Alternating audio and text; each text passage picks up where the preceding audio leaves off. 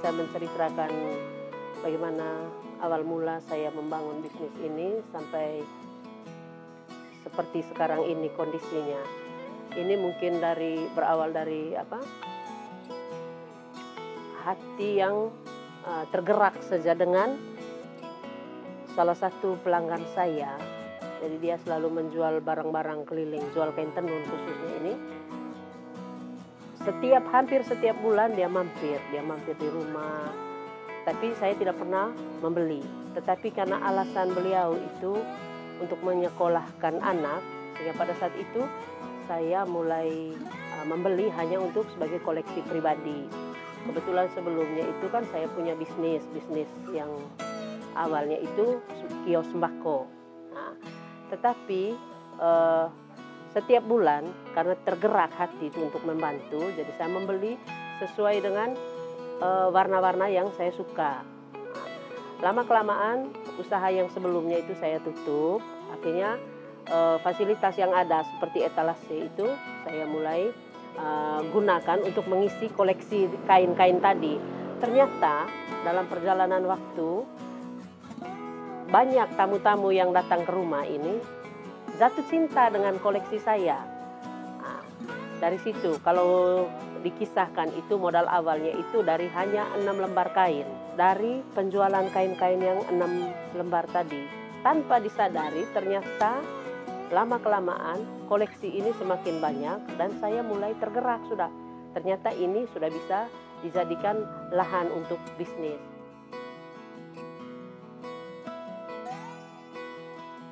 Kami pelaku UKM itu difasilitasi oleh Pemda mengikuti pameran-pameran baik yang ada di dalam daerah maupun di luar daerah.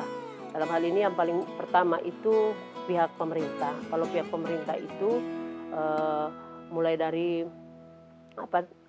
meningkatkan sumber daya kami sebagai pelaku usaha. Itu dari awalnya itu kami dari tahun 2010 untuk persiapan Sale Komodo pada saat itu kami itu diundang untuk mengikuti berbagai pelatihan. Lalu pada akhirnya kami bermitra sudah. Kebetulan ada anggota kelompok tenun yang menurut kami pada saat itu sudah dibimbing dan didampingi oleh Pemda, diberi pelatihan. Lalu kami bermitra dengan kelompok-kelompok tersebut. Nah, sehingga setiap tahun dengan sendirinya anggota kelompok binaan Pemda itu semakin bertambah setiap tahun dan kami bermitra dengan mereka. Terus promosi dari kegiatan-kegiatan festival yang dilakukan oleh pemerintah itu sangat membantu mempromosikan usaha yang kami jalankan ini. Iya.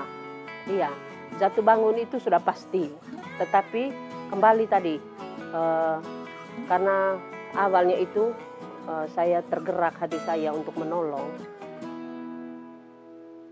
sehingga apapun tantangan yang saya hadapi, terlalu banyak tantangan yang kami hadapi, entah itu bagaimana kami mempromosikan ke konsumen, tetapi ada penolakan dari konsumen terkait kualitas. Nah, sementara untuk merubah mental pengrajin kita, jujur pada awalnya itu memang sangat sulit. Kita butuh bertahun-tahun untuk merubah mental mereka. Karena jujur saja pelaku tenun di Manggarai ini atau hampir seluruh pelaku usaha itu menganggap bahwa di menenun itu bukan sebagai suatu mata pencaharian, tetapi hanya untuk mengisi waktu manakala mereka sudah tidak bekerja di kebun, begitu.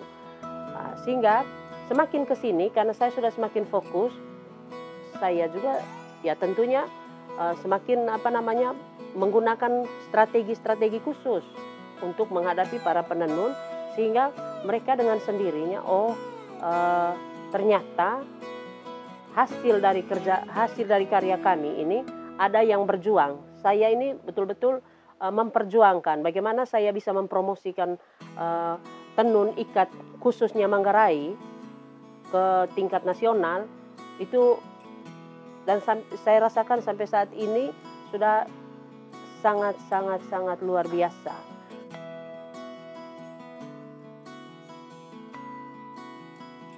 Sebelum pandemik itu, promosi-promosi yang kami lakukan, baik itu secara offline dari mulut ke mulut maupun secara online.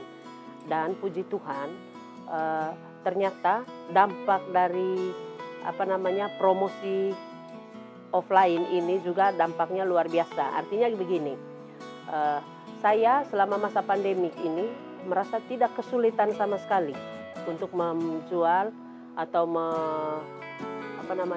mempromosikan produk-produk yang kami jual. Karena apa?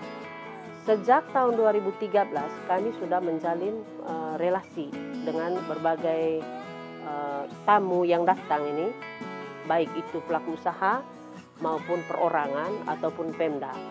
Sehingga justru yang saya tekankan ke teman-teman yang sesama pelaku UKM ini, kalau kita mempertahankan kualitas, dengan sendirinya kita tidak kesulitan untuk memasarkan produk. Karena yang orang pegang pertama itu kepercayaan, kualitas yang kita jaga.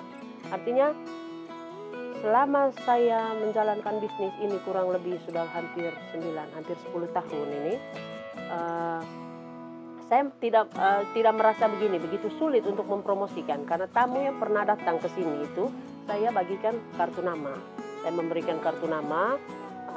Setelah itu saya tidak pernah bosan memberikan informasi. Wah, ini loh Bu, kualitas kain yang misalnya jenis A. Kalau misalnya dari daerah Sumba, seperti ini kualitasnya, ini nama tenunannya.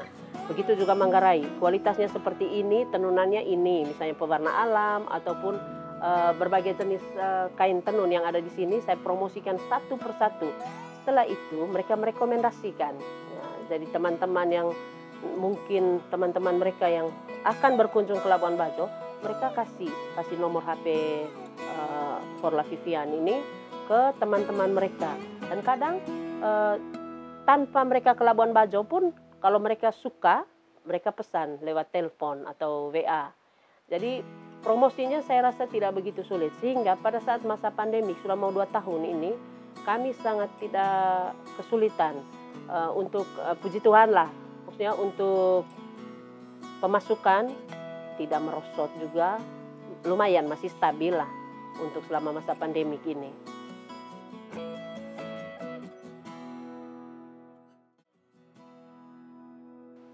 Jangan mudah menyerah.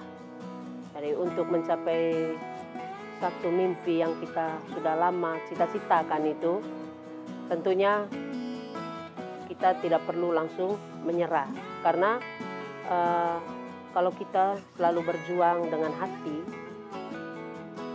terus apa yang kita mimpikan sejak awal, tujuan awal kita berjuang itu, misalnya tujuan awal kita berusaha itu, saya yakin kalau kita menjalannya dengan sungguh-sungguh, dengan hati dan fokus, terus memikirkan kira-kira siapa yang ada di belakang kita. Kalau seperti saya sendiri, saya pribadi, kalaupun saya sekarang misalnya dalam kondisi sulit seperti pandemik 2 tahun terakhir ini, mungkin begitu sulit, tetapi saya harus bangkit. Karena apa? Ada ratusan orang di belakang saya, yakni mama-mama yang penenun di kampung-kampung, yang mungkin merasa terberkati karena kehadiran saya. Suka atau tidak suka, pasti mereka akan mengakui dengan jujur kalau kehadiran saya dalam menjalankan bisnis tenun ikat ini sangat membantu, terutama untuk pendidikan anak-anak sekolah. Jadi selama ini ada beberapa dari kelompok tenun itu yang sudah menyekolahkan anaknya itu dari hasil tenun itu sampai menjadi sarjana. Bahkan sekarang sudah ada yang kerja, ada yang pegawai negeri dari hasil menjual produk tenunan dari oleh orang tua mereka, begitu.